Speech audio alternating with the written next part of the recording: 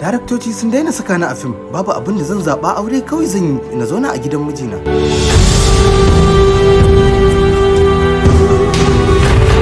Fitacciyar jarumar Kannywood wadda aka fi sani da Maryam Bud, wacce mahaifiyarta Allah ya mata rasuwa a kwanan nan, wato Zainab Bud, ta shaida wa kafafen yada labarai dalilin da yasa masu shirya fina-finai wato producers suka daina saka ta a cikin fina-finansu.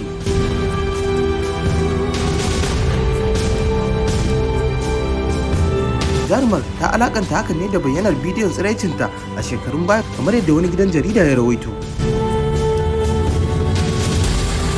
Tun ina karama na kasance ina fitowa a fina-finan Kannywood saboda mahaifiyata Hajiya Zainab Bud, Allah ya saka mata da gidan aljanna, ta dade a cikin masana'antar. Don haka ban taba daina fitowa a cikin fina-finai haka kawai ba, amma tunda wani matashi da ake kira Diesel wanda ya yi ikirarin cewa saurayina ne ya bayyana hotunan tsiraici na a kafafen sada zumunta, yanzu mutane na yi min kallon yar iska mara tarbiyya, inji jarumar.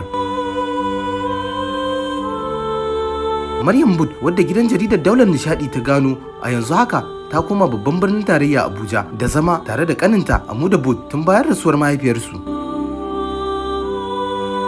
Ta ce a duk lokacin da mutane suka ganta yanzu a cikin gari sai su yi ta nuna ta, suna kiranta da karuwa ko mace mara kunya.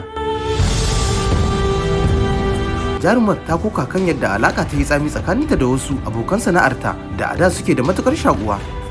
A yanzu babu abin da ya rage mata da za ta zaɓa da ya wuce yin aure a matsayin hanyar samun zaman lafiya da za ta zauna a gidan mijinta. Kowane fata za ku yi wa jarumar?